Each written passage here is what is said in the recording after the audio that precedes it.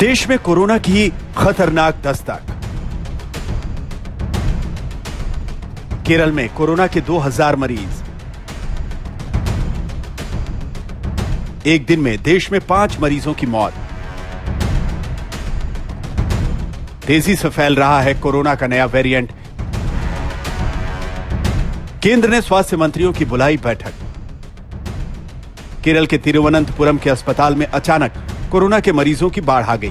केरल में कोरोना के 1828 active case हैं और 17 दिसंबर को 4 मरीजों की मौत से खौफ का माहौल है। बताया जा रहा है कि कोरोना का नया वेरिएंट JN1 तेजी से फैल रहा है। इस नए वेरिएंट से उत्तर प्रदेश में भी एक शख्स की मौत हुई है। डॉक्टरों के मुताबिक नया वेरिएंट होने की वजह से यह तेजी से फैल रहा है। किसी भी वायरस का कोई सब वेरिएंट या नया म्यूटेंट वेरिएंट आएगा तो उसका इन्फेक्टिविटी थोड़ी बड़ी भी होती है। तो इसी की सेम यही कहा जा रहा है कि इसकी इन्फेक्टिविटी ज्यादा है, ज्यादा लोगों के अंदर ये फैलेगा, बट डजंट मीन कि ज्यादा सिवियर होगा। ज्यादातर लोगों को इसके अंदर जो अब तक रिपोर्टेड है माइल्ड सिम्टम्स हैं, खांसी, जुकाम, सर दर्द होना, बुखार, गला खराब, यही सिम्टम्स हैं ज्यादातर लोगों के अंदर और माइल्ड हैं, 4-5 दिन में ठीक हो रहे हैं। महामारी के बढ़ने की आशंका को देखते हुए केंद्रीय स्वास्थ्य मंत्री मनसुख मांडविया ने 20 दिसंबर यानी कल सभी राज्यों के मुख्यमंत्रियों की बैठक बुलाई है। देश के आंकड़ों के मुताबिक केरल में कोरोना के मामले महज एक हफ्ते में 3 गुना तक बढ़ गए हैं। उससे अब सभी राज्यों को जांच बढ़ाने के निर्देश दिए गए हैं। कोरोना के बढ़ते मामलों से उत्तर भारत के राज्य भी अलर्ट पर हैं।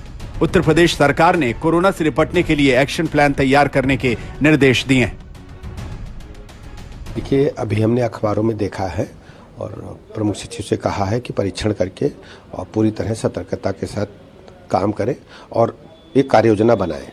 क्या स्थिति है उसको नजर रखें केरल पर। अमेरिका, चाइना और सिंगापुर के बाद कोरोना का नया वेरिएंट JN1 देश में तेजी से पैर पसार रहा है। इस वेरिएंट के चपेट में आने वाले मरीजों में बुखार, नाक बहने, गले में खराश, सिर दर्द जैसे लक्षण दिखते हैं। डॉक्टरों के मुताबिक 4-5 दिन में मरीजों की हालत में सुधार हो जाता है। हालांकि डॉक्टरों के मुताबिक बुजुर्गों को इससे बचाने की जरूरत है। यही वजह है कि केरल के पड़ोसी राज्य कर्नाटक ने 60 साल से अधिक उम्र के लोगों के लिए मास्क अनिवार्य कर दिया है। आज तक ब्यूरो।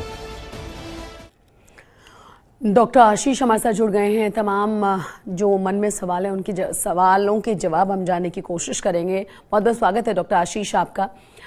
सबसे पहले हम समझना चाहेंगे जिस तरीके से कोरोना के केसेस बढ़ रहे हैं और केरल में जो डेथ हुई है ना उसके बाद थोड़ा डर भी बढ़ गया है।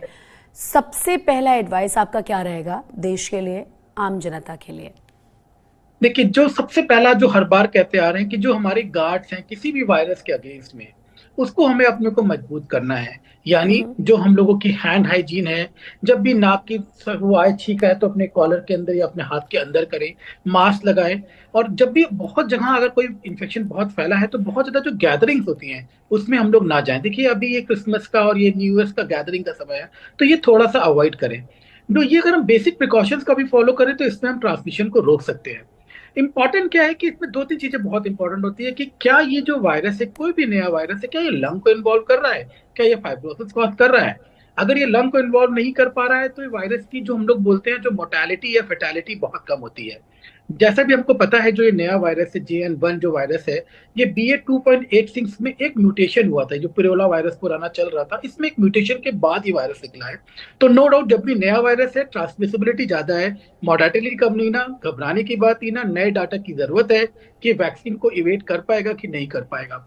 यानी कुल मिला के घबराने की बात नहीं है और इसको हम लोगों को बस जो हमारे गार्ड्स हैं उसको हम लोग अपना ध्यान दें। इसमें एक इंपॉर्टेंट पॉइंट होती है, 2 पॉइंट इंपॉर्टेंट है कि किनको बूस्टर की जरूरत होती है और किनको टेस्टिंग की जरूरत होती है। क्योंकि इंडिया जैसी कंट्री में अभी भी टेस्टिंग और बूस्टर के लिए थोड़ा सा हम लोग उस लेवल पे नहीं आए जितना होना चाहिए अभी, जितना हम लोग पहले कर रहे थे। यानी जो लोग हेल्थ केयर जो बंदे हैं, जो नर्सेज हैं, जो पैरामेडिक्स हैं, ये लोग अपना का अपना फटाफट, अगर उनकी बूस्टर्स नहीं है तो अपना बूस्टर्स ले लें, जो कि बहुत जरूरी है।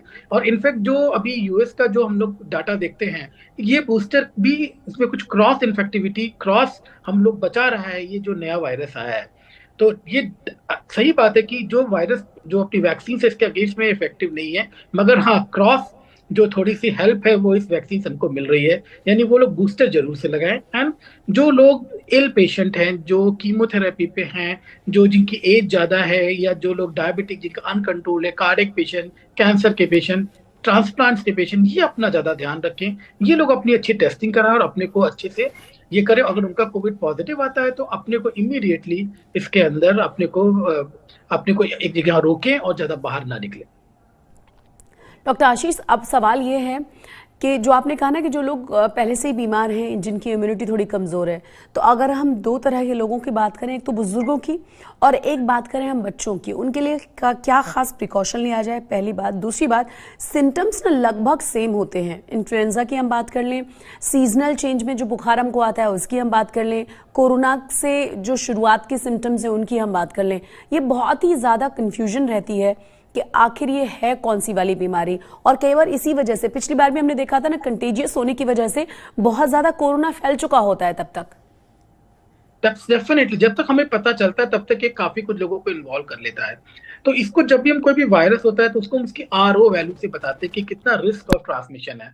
तो इसका जो आरओ वैल्यू है ये बहुत ज्यादा है। इनफैक्ट जो डाटा भी आ रहा है, जो स्लाइट पॉजिटिविटी है, मतलब कोई टेस्ट अगर हम किसी वायरस जिसको भी अपर रेस्पिरेटरी हुआ है, इन्फ्लुएंजा लाइक इलनेस, अगर हम उसका टेस्ट कराएं तो 6.4 से 7.5 नेक्स्ट वीक में पॉजिटिविटी आ गई। इसका मतलब है कि वायरस बहुत जल्दी से ग्रो कर रहा है। पहला क्वेश्चन।